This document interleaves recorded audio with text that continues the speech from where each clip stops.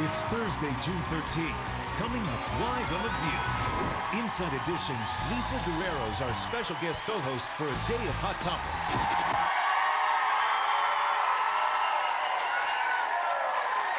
Well, hello and welcome to The View. Sherry is not here today, and joining us as special guest co-host is Inside Edition's Lisa Guerrero. What's happening, Lisa? Hey. So you're Inside Edition's chief investigative correspondent. You put yourself in tense situations. Why? Why? Because, first of all, it's empowering as a woman to be able to chase bad guys on TV and hold their feet to the fire and demand answers. In heels. In heels, yes, in stilettos. Okay, I'm going to disagree. Okay. I think it's empowering for women, but I think also what you do, and you're very good at it, is confrontational. Yes. Okay. Now, there were other programs that a while back stopped doing that because they thought it was really unfair to just stick a microphone. Tell me your life story, you know. So don't you ever feel that maybe it goes a little far? No. And welcome to the show. Thank you. You guys, there's actually coffee in here, too, in case you were wondering. They're not empty. You know what's interesting is that before we do a confrontation, we're buttoned up. We do our research. I talk to victims. And it's a lot of baloney when they say that reporters are supposed to be objective. And once you speak to a victim and you understand that they've been scammed, they've been ripped off, somebody's died in their family because of somebody's wrongdoing, you feel like you owe it to them and you owe it to the viewer to demand answers. So you only go to what you think are the bad guys. What we think of as bad guys, Are you, in that moment, obviously adrenaline must take over and the feeling that you're doing the right thing is taking over, but are you afraid? I'm not afraid at the moment, and I'm married, and I don't tell my husband about the danger that I'm in at the time. I don't tell him till afterwards. But it is dangerous, and you know, I've had death threats. I've been hit by a car. We saw that, yeah. Yeah, it's you know, it's but it's worth it. A lot of money too.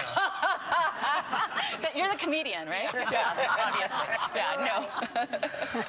Well, Anyway, welcome. you know, And you are more or less safe here. We'll see. With us. In an hour, we'll find out. Okay.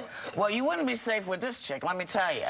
Hollywood health and fitness expert Rainbow Mars asked the guests of her wedding to prepare for the ceremony by going on a 2-week vegan cleanse. You know, why not? Why stop there? Why not give everybody a colonoscopy while you're at it? And she spells her name Rainbow, R-A-I-N-B-E-A-U.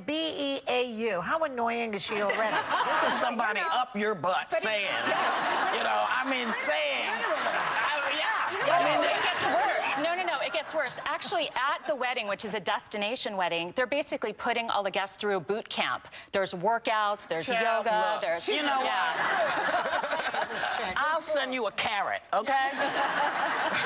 That's what you're going to get from me. Well, what about this? I mean, people are just losing it all over the place. A 27-year-old Florida woman stormed into a Dunkin' Donuts to demand justice after an employee forgot to give her a receipt. And she actually thought it was a good idea to record herself doing this and then post it online. Yeah, but the thing about the receipt...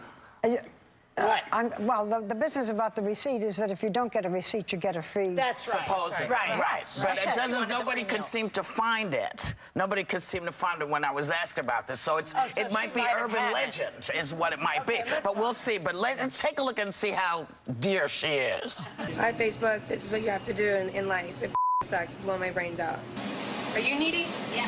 Oh, well, guess what? This about to go live, bitch. Right on Facebook, because I already posted what your dumbass did last night.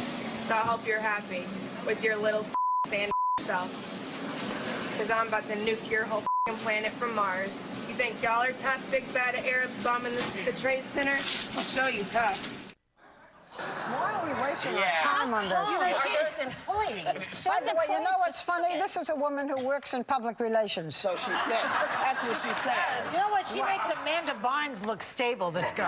She actually made threats to the employees. As far as it seems as though she was making threats. Donuts for everybody. We'll be right back with more Hot Topics.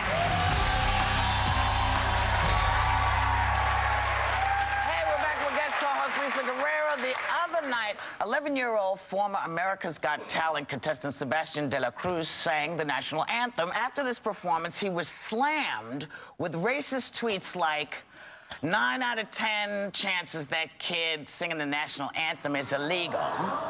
And is this the American national anthem or the Mexican hat dance? Now, I mean... Nasty people everywhere. Nasty. Yeah, but there seems to be like a huge uptick in the nasty. We saw this other lady earlier calling people really ugly names. And this, there's a little kid singing the national anthem, an American kid in Texas. Right. Don't y'all know about Texas fools?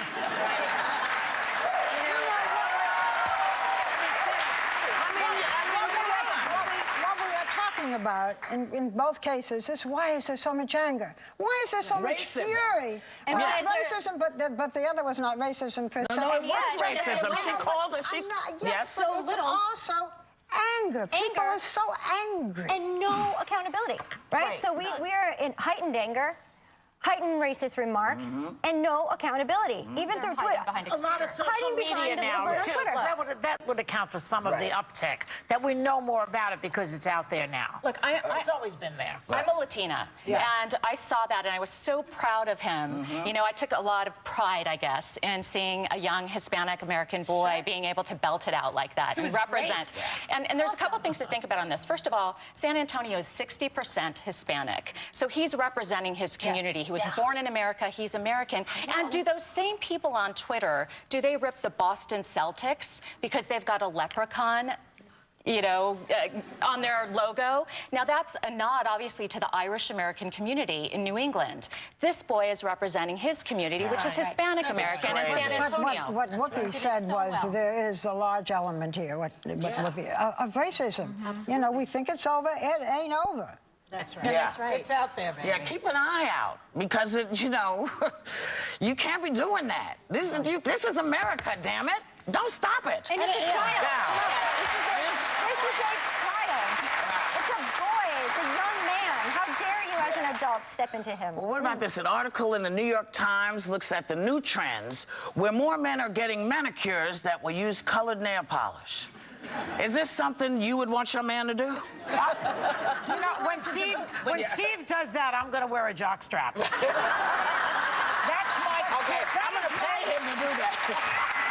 If you see a man, forget the colored nail polish, but if you see a man with color, sort of like I wear, colorless nail polish, do you say, isn't that nice? Look how, clean cut he is? It's the worst news. It's the worst news ever if that guy happens to be in front of you and you're waiting for your manicure, because that is I'm not talking about that. I'm talking about you see a guy and he's wearing colorless nail polish. Do you say, how nice? Or do you say, No, I don't mind it. I don't mind it. I don't mind it. Yes. I don't like it. I don't like it either. I don't care as long as he's not taking my place. But clear nail polish keeps your nails cleaner. So we give our thanks to Lisa Guerrero for guest co-hosting. Have a great day. Take a little time to enjoy your family and the view. Right.